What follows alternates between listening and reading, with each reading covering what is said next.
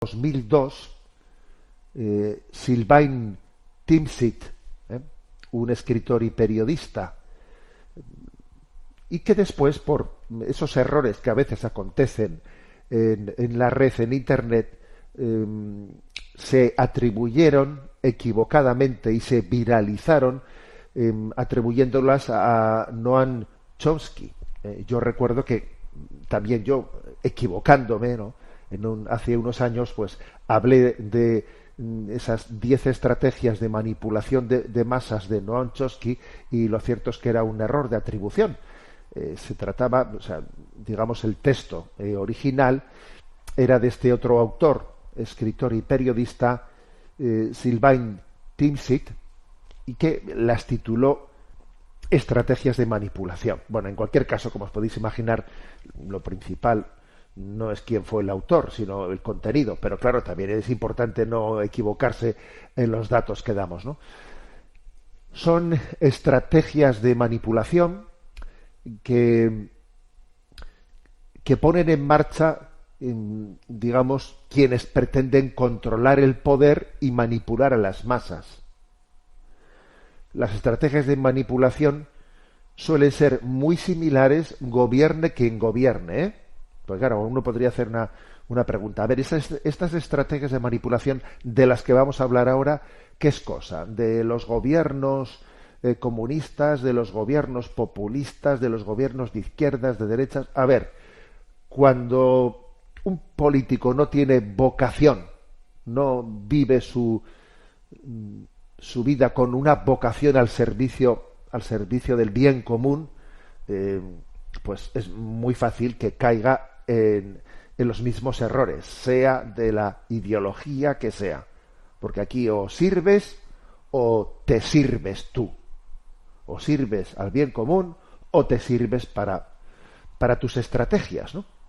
Por eso aquí se habla de estrategias de manipulación. Bien, pues vamos a desarrollarlas, ¿de acuerdo? En concreto, son 10 estrategias de manipulación. La primera de ellas, la estrategia de la distracción. Hombre, pues esto lo vemos muy fácil, ¿no? Consiste en desviar la atención del público de los problemas importantes mediante la saturación de información superficial e irrelevante. Pues espectáculos, mucho fútbol, reality shows, mucho gran hermano, escándalos, farándula. El caso es tener a la gente entretenida. Claro, si tú consigues que la opinión pública mayoritaria sea consumidora del gran hermano y que no esté atenta, pues, a las corrupciones que están aconteciendo, claro, pues si tú distraes la atención, pues estás consiguiendo una manipulación muy importante, que la gente se fije en cosas triviales y que su atención se distraiga de cosas muy graves que están aconteciendo, ¿no? En el fondo es el pan y circo de nuestros tiempos. Pan y circo de nuestro tiempo, solo que quizás, ¿no?, pues hoy en día habría que decir de otra manera. Del pan y circo hemos pasado al drogas, léase alcohol o lo que fuere, ¿no? Drogas, sexo, fútbol. Bueno, pues es que es el pan y circo de nuestros días. Las banalidades, ¿no? Entonces, ¿qué ocurre? Pues que mientras que tú estás distraído en todas estas cosas, la vida va por otro lado, ¿no? La vida es lo que acontece mientras te tienen distraído en estas banalidades. La estrategia de la distracción, fíjate si es antigua, ¿no?, que ya hace dos milenios se hablaba del pan y circo. O sea, tú fíjate si estamos, a veces no somos tan originales, ni muchísimo menos, pero bueno, ahí está esa realidad. Es la primera de las 10 estrategias. La segunda estrategia, crear problemas y después ofrecer soluciones. Creo un problema, ese problema que yo mismo he creado, genera, ¿no? Genera ahí una reacción y luego aparezco yo como el salvador para dar una solución al problema que yo mismo había generado. Es maravilloso, ¿no? Podríamos poner algunos ejemplos, ¿verdad? Pero bueno, hasta este método se le llama problema, reacción, solución. Se crea una situación prevista para causar una reacción en el público, para que el público demande medidas, y ahora vienes tú con las medidas que tú querías imponer, pero has conseguido que encima lo que tú quieres imponer aparezca como que estás dando respuesta a lo que la gente te pide. A ver, que eres un sinvergüenza, que todavía has provocado ese tipo de reacciones. Por ejemplo, un gobernante, ¿no?, está en contra de la educación privada, que así se le suele llamar, ¿no?, educación privada, de iniciativa social, ¿eh? O sea, un gobernante no quiere que haya educación de iniciativa social. Entonces, ¿qué es lo que hace? Puede ir estrangulando los colegios de iniciativa social, los va estrangulando, les va poniendo normativas para irles estrangulando, haciéndoles más difícil la vida. Entonces consigue que los padres, porque por ejemplo, ¿no?, pues les va cortando la financiación, poniéndoles normas claro que son normas que su implementación es muy cara. Entonces, al mismo tiempo, te prohíbe que tú puedas cobrar una cuota a los padres. Entonces, si yo consigo esto, estoy estrangulando, el colegio no tiene más remedio que cobrar una cuota, aunque sea metiéndola como bajo el concepto de desgaste de patio, porque si no, no le llega, los padres se quejan y entonces viene, ¿no?, aquel que está llevando adelante esta estrategia y te dice: a ver, yo os voy a resolver este problema. Aquí tengo yo un colegio de educación pública, os podéis salir de aquí y meteros en ese colegio. Y esto es así, ¿eh? Esto es así. Pero claro, lo hago de esta manera para que, claro, si yo fuese y dijese, como no quiero educación de iniciativa social, voy a prohibirla. Claro, hacerlo así sería demasiado descarado.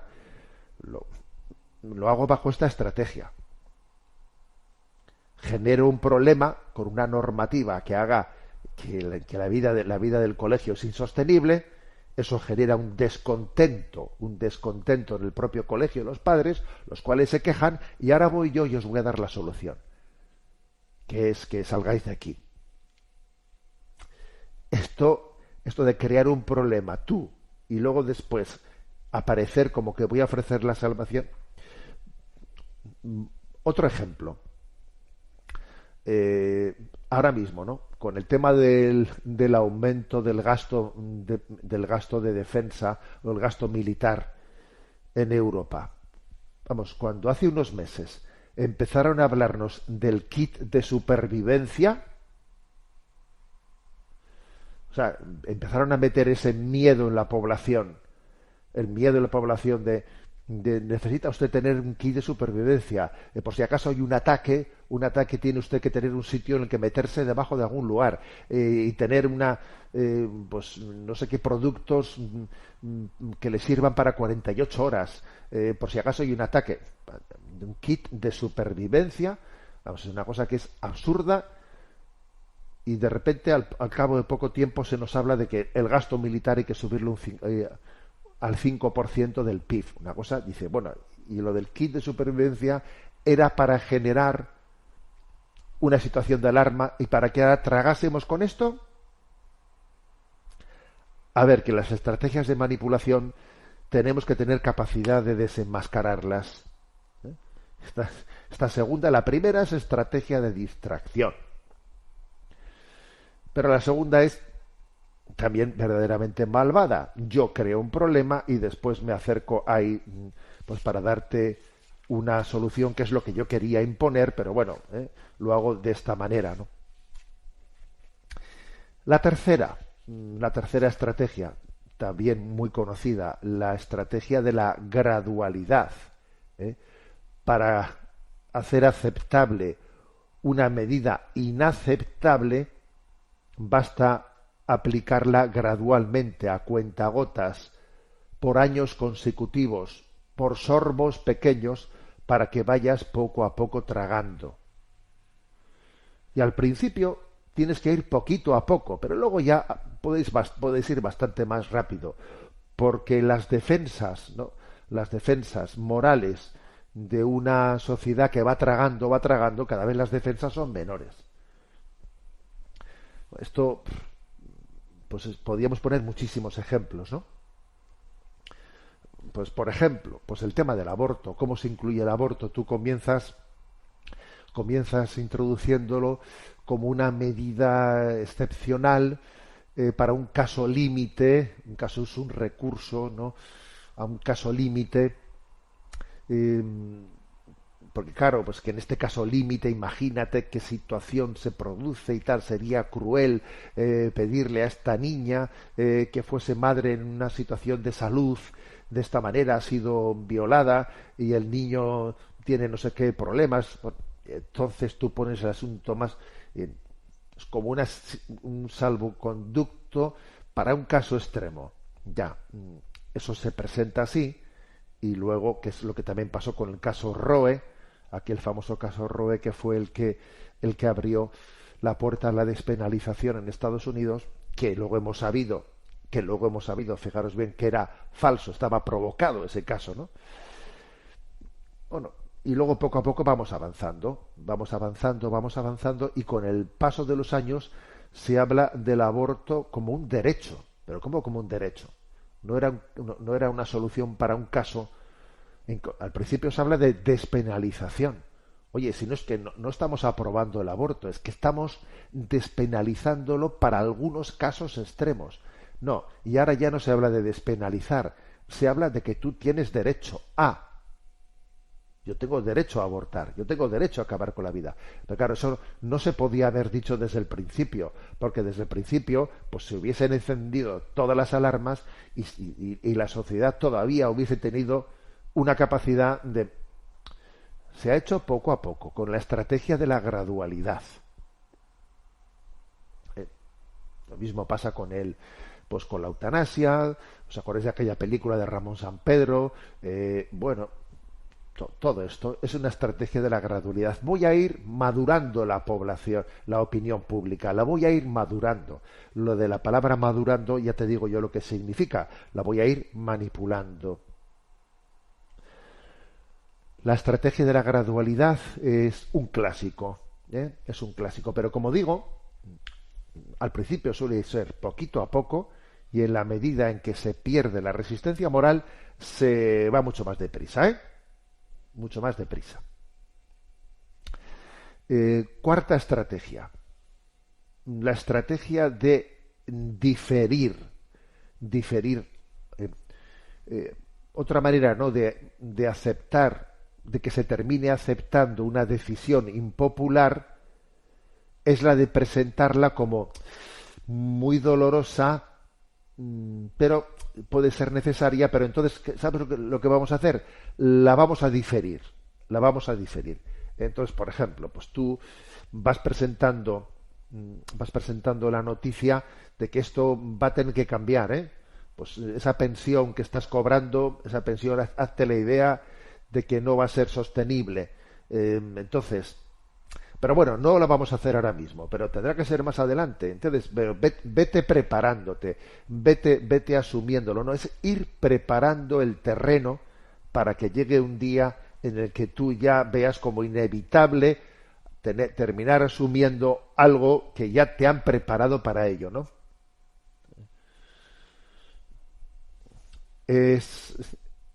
Se mandan globosondas. En los globosondas se ve qué tipo de reacción se produce. Si la reacción es muy fuerte, se dice hay que esperar un poco, pero ya vamos preparando el terreno, porque ya les hemos dicho que esto tarde o temprano van a tener que asumirlo, porque esto pues viene de una normativa y todo. Bueno, yo qué sé, cualquier cosa, como el caso que he puesto de las pensiones, ¿no? Entonces, es la estrategia de te lo suelto ahora, veo tu reacción. Si te has resistido un poco, te lo difiero, y yo te voy tomando el pulso. Esto está muy ligado a la estrategia anterior, a la de la gradualidad, obviamente. Quinta estrategia. Estrategia de dirigirse al público, bueno, de infantilizar al público, de infantilizarlo. La mayoría de la publicidad dirigida al gran público utiliza discursos, argumentos, entonación infantil, muchas veces próximos a la debilidad, como si el espectador fuese alguien que no tuviese la madurez de discernir las cosas, ¿no? O sea, es en, pues, por ejemplo, pues en un momento determinado, pues si se hace una encuesta, se hace la encuesta de manera que se está teledirigiendo la respuesta. O sea, según te hagan las preguntas, a ver, hay preguntas que están hechas de una manera infantil, porque me están diciendo lo que tengo que responder.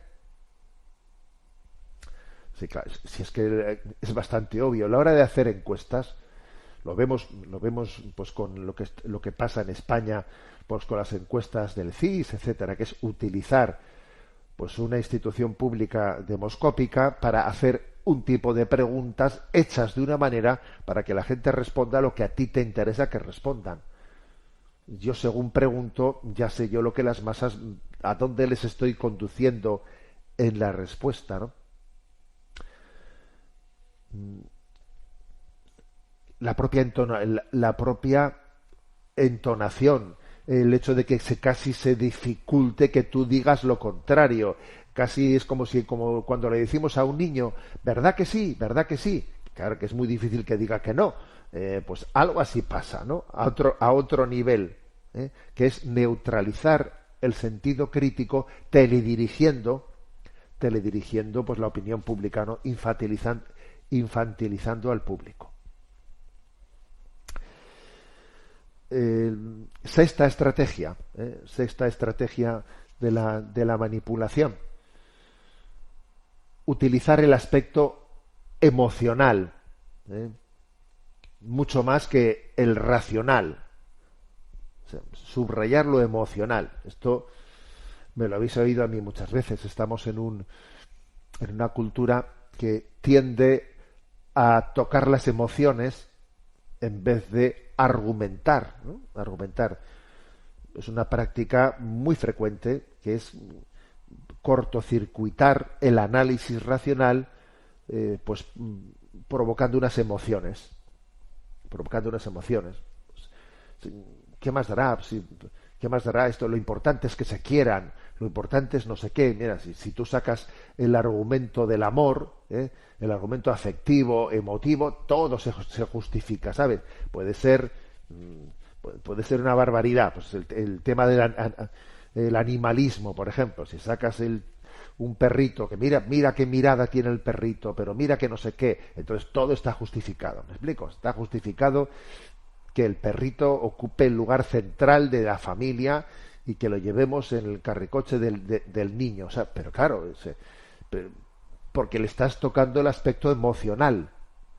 Mira la mirada del perrito, mira no sé qué. Es un clásico también, ¿eh? Es un clásico la manipulación de las emociones en detrimento de la capacidad reflexiva.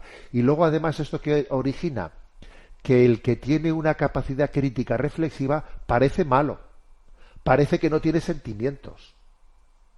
Claro. Es que a la hora de rebatir esta manipulación emocional, claro, hay que tener mucho cuidado, porque puede parecer perfectamente que tú eres un insensible. El hecho de que tú estés desenmascarando, pues por ejemplo, la que se está liando con las mascotas, que nos referimos a ellas como si fuesen pues eso, los perrijos famosos, ¿no? Los perrijos. Se habla de la amistad con los animales y cosas por el estilo. O sea, si tú, al denunciar eso, vamos, lo haces de una manera directa, etcétera, parece que eres un insensible, Bueno, pues esto es esto es un clásico últimamente, especialmente, ¿no? Por todo lo que está aconteciendo en este momento de crisis antropológica, ¿no? Séptima estrategia: mantener al público en la ignorancia y en la mediocridad, ¿eh? Hacer que el sistema educativo no promueva el pensamiento crítico, y así las masas sean fáciles de manipular. Una mala calidad de educación, dadas las clases sociales que yo quiero manipular, les mantengo en la ignorancia, fomentar la cultura del entretenimiento superficial en vez del conocimiento profundo. Pues esto, ¿no? Esto está bastante ligado también a la otra estrategia que hemos dicho de distraer, ¿eh? Distraer, pero aquí en este caso, aparte de distraer, es también tener un mal sistema educativo que no enseñe a pensar, que no enseñe a tener capacidad crítica. Y por esto el poder quiere controlar la educación, no quiere que la educación esté en manos de la iniciativa social, no, porque saben que si en la educación se fomenta la capacidad crítica, entonces pues la capacidad tuya manipuladora pues en gran medida la estás perdiendo.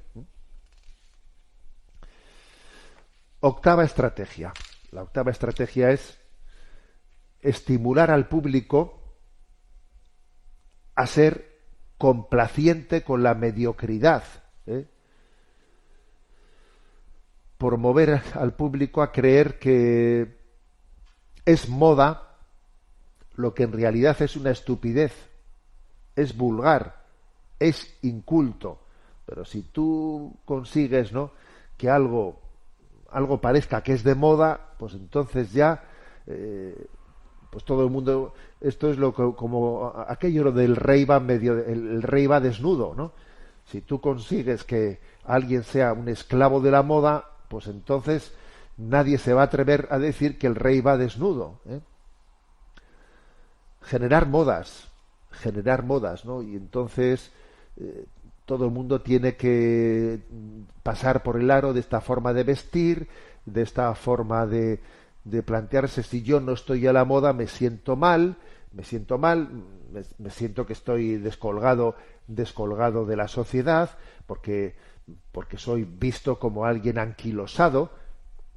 Y es curioso, ¿no?, que al mismo tiempo que nuestra cultura habla de libertad, libertad, libertad, te está imponiendo formas de vivir continuamente. A ver, o sea, y si tú no entras en esos estereotipos de cómo divertirse, de cómo vestir, de cómo tal, de cómo alimentarse, de cómo no sé qué, tú estás fuera de juego. Y luego libertad, libertad, libertad, sí, libertad, libertad, pero yo aquí me siento como un bicho raro si no paso por el aro de lo que hace todo el mundo. Yo muchas veces me acuerdo de aquella canción de José Luis Perales, creo que se llamaba Pequeño Superman, una canción ya muy, muy antigua, que yo pues era un chavalillo, un joven. Siempre me llamó la atención que en aquella canción había una especie como de denuncia, de decir, sí, haz lo que quieras, ¿no? Haz lo que quieras, pero luego te decía, toma Coca-Cola, viaja por Iberia a Nueva York, fúmate un Marlboro, tómate un Martini, viste cimarrón. No sé si os acordáis de aquella canción, que era, creo que se llamaba Pequeño Superman, que era como, a ver, sé libre, y luego te decía exactamente lo que tenías que hacer, ¿no? A ver, vaya contradicción, ¿no? Vaya contradicción. Así es, ¿no? Así es. Es tan fácil hoy en día que un adolescente, por ejemplo, ¿no?, pues se sienta mal si no tengo el móvil que tienen los demás, si no tengo la ropa que tienen los demás, ¿no? Es una estimulación a ser a necesitar, ¿no?, la vulgaridad que tienen los demás. Novena estrategia de manipulación. Reforzar la autoculpabilidad. Hacer creer al individuo que el problema está dentro de él, por causa de una insuficiente inteligencia, no estás preparado suficientemente, es que ya, mira, tú ya has pasado ya, no sé, tú no estás de moda, tú ya quítate de en medio porque tendrán que ser, se te ha pasado el arroz, tendrán que ser otras generaciones los que vengan, tú ya no estás, no estás en la cultura, entonces apártate, mejor que dejes el paso al otro, que otros decidan, que otros digan, y terminas por acomplejarte y por sentirte culpable, ¿no? Como si el problema de lo que está ocurriendo al final fueses tú, porque debe de ser que a mí, pues es que se me ha pasado el arroz y yo ya no puedo tener capacidad crítica, yo ya no puedo pretender ser yo el que diga una palabra porque el mundo ha ido por otro lado y yo ya me he quedado fuera de juego. O sea, es reforzar tu autoculpabilidad, vamos, como si el problema estuviese en ti. Hacerte sentir ya caducado. Pues esto ocurre y hay personas que, bueno, pues que se sienten acomplejadas y a base ya de no expresarse, pues ya dejan de tener criterio propio. Y la décima estrategia, pues dice conocer a los individuos mejor que ellos mismos. Y esto, cuando nuestro autor, ¿no?, que estamos comentando esto, pues en concreto Sylvain Timsit publicó esto en el año 2002, yo creo que todavía no era consciente de lo que iba a venir, porque esto está dicho hace 23 años, pero es que conocer a los individuos mejor que ellos mismos, en este momento, a través de los Big Data, de la psicología, de la inteligencia artificial, de las neurociencias, se recopila información sobre los individuos para anticiparse a sus decisiones y moldear su conducta. Las plataformas de redes sociales, con sus algoritmos, muestran contenidos personalizados a cada uno para influir en su consumo, incluso en su ideología. Conocer a los individuos mejor que ellos mismos. Claro. Y en teoría tú estás utilizando unos instrumentos, ya, pero esos instrumentos no son inocuos, ¿no? De hecho, se suele decir, ¿no?, que cuando algo es gratis, cuando la tecnología es gratis, el precio eres tú. Porque te están utilizándote a ti para otras finalidades, pues para, en un momento determinado, promover plataformas de publicidad, etcétera, en las que tú te piensas que no has formado parte y sin embargo se te ha obtenido toda una radiografía de la cual después se está sacando un rédito económico. Bueno, son, como veis, 10 estrategias de manipulación. El artículo del año 2002 de Sylvain Timsit se titulaba Estrategias de manipulación, y creo que es bueno refrescarlas, ¿no? Porque es que es curioso que se están aplicando en situaciones pues muy diversas, pero claro, es que la tendencia a la manipulación es muy recurrente. Aquí una de dos: o se ama o se manipula. Cuando uno ama, obviamente no cae en las estrategias de manipulación. Pero claro, es que si especialmente, ¿no?, la vocación política deja de ser una vocación si no es caridad pública, porque la política tiene que ser caridad pública. Buscar el bien, amando, ¿no? Cuando eso no ocurre, las estrategias de manipulación acaban siendo una tentación a la que difícilmente se resiste nadie, ¿no? Bueno, ahí queda como